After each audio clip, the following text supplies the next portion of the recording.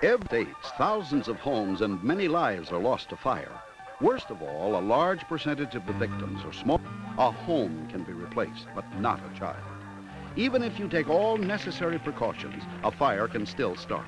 And although the fire department can respond to a fire faster and more efficiently today than ever before, it is up to you to practice fire safety, to know how to get you and your family quickly and safely out of the house.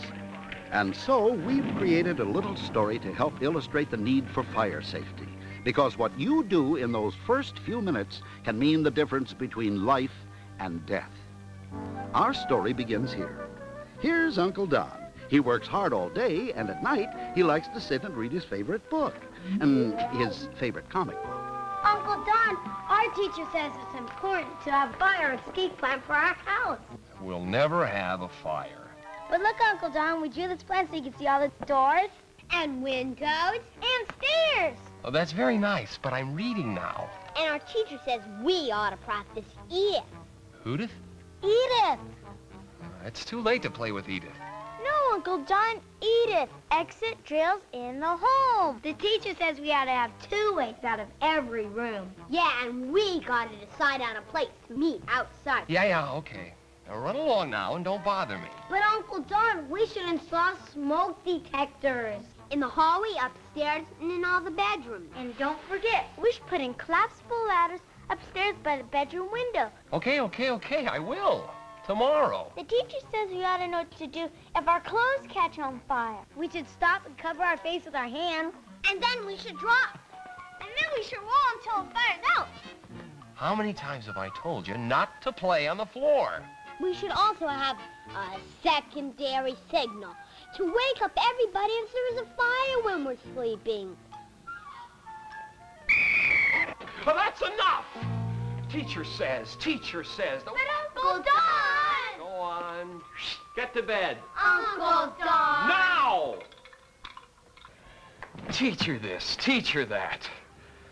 Fire. We never have one. Those kids.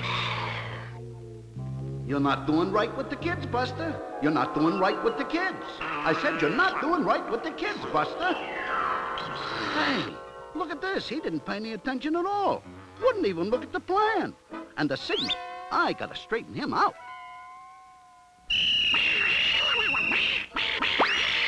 Hey, who are you? Me? I'm your official fire guide. I'm your common sense. Get it? You're not doing right with the kids. What do you send them to school for, huh? If they shouldn't listen to the teacher. You should have listened to them. They were telling you how to get out of the house. I know how to get out of my house. With a fire going on, pal? You're coming with me. You got a lot to learn. First step to fire safety is fire prevention. Let's take a look at that house of yours for a minute. Bedroom upstairs, living room, dining room. Wait a second. We have a problem. You don't have smoke detectors. You gotta have them. Put one in each bedroom and one in the hallway upstairs there. The sound will warn you. You'll be prepared if you have a fire.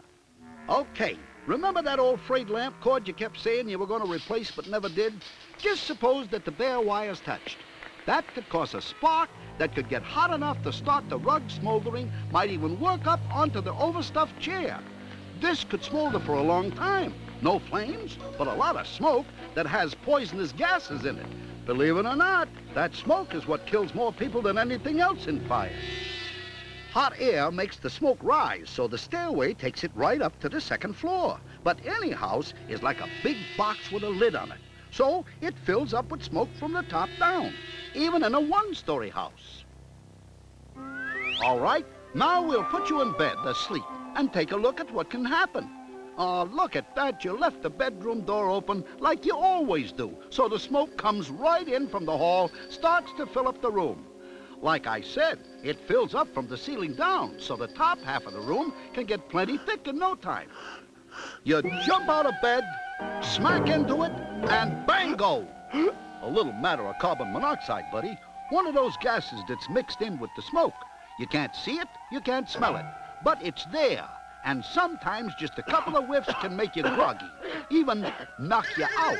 A couple of more whiffs, it could be all over. Matter of fact, the majority of all fire victims die without even having seen the flames. All right, let's say you got out of that one.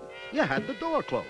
Now, a plain old ordinary door can keep out most of the heat and flames for as much as 15, maybe 20 minutes. That's if the door is closed.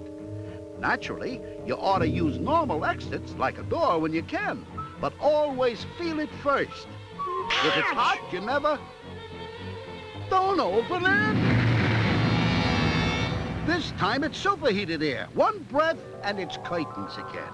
Hold it. Come on back. Let's say you got out of that one, too. You still got a big problem. Time. There's not much left. The temperature can go up to 1,000 degrees in 3 or 4 minutes where you are, because that super hot air is really pouring in. There are still no flames, but the whole room could go up at any second. Quick, close the door. That'll help keep the heat out. But now what do, huh? You do something like trying to save the banjo or Grandpa's picture. Forget 'em. You gotta get out. Fast. Hey, don't panic. Use the window. Right. That's the only way out, but don't forget, you're on the 2nd floor. Okay, you got the message now? Don't take chances. You're not gonna let anything happen to you or the kids because you didn't have a fire plan. You gotta have a plan, Pops, a plan. Well, don't just sit there. Do as I tell you. Get the plan the kids made. Pin it up on the wall where everybody can see it. Make notes about the things that have got to be fixed and replaced around the house. Like that old frayed lamp cord or any other electrical wiring that can be a fire hazard. Put in a connecting door in the room that only opens into the hall. The screens and storm windows, can the kids get them off easily? Make sure the windows open easily, too. Did you put in those collapsible ladders by all the bedroom windows? Okay, you got a smoke detector in each of the bedrooms, too? And you got one in the hallway? Test it and make sure it works. You're doing great. Now get everybody together, talk it over so they all know what to do, and make sure that the kids know not to hide under the bed or in the closet. Kids do that sometimes when they're scared, you know. Okay, now start the Edith drill with the kids in bed. After all, the most dangerous time is when everybody is asleep. Now, you go to your bedroom and sound the alarm. Use your secondary signal just to be safe. They should roll out of bed and drop without standing up. Then they should crawl on their hands and knees across the floor because any good air is going to be down low. Tell them to feel the door first, and if it's hot, don't open it. Now they got to go to the alternate exit, the window. Right. Use the collapsible ladder. And go.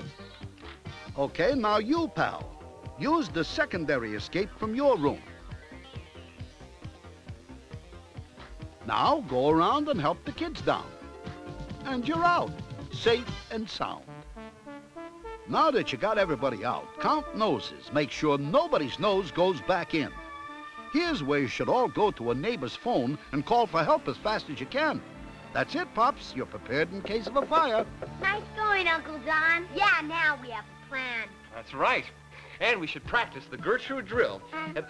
Uncle Don, Huh? that's the Edith drill. Exit drills in the home. Right.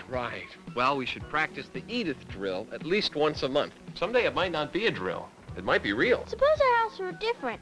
Maybe a one-story house. And you couldn't figure out how to make a plan. Well, I'd ask you guys. Thanks to your teacher, you're 3 fire experts now. What if you didn't have us guys? Well, I'd call the local fire department. I'm sure they'd be glad to help. Why, they'd even come out here and help me inspect the house. Now you're thinking. I'm thinking fire safety, thanks to you. Uncle Don, who Yeah? are you talking to? Wait, well, you mean you don't hear... Oh, well, I was just... well, he's a fireman. Kind of a fireman duck. A duck? An invisible duck. Invisible duck? An invisible duck. See? I told you. Some people are so hard to convince.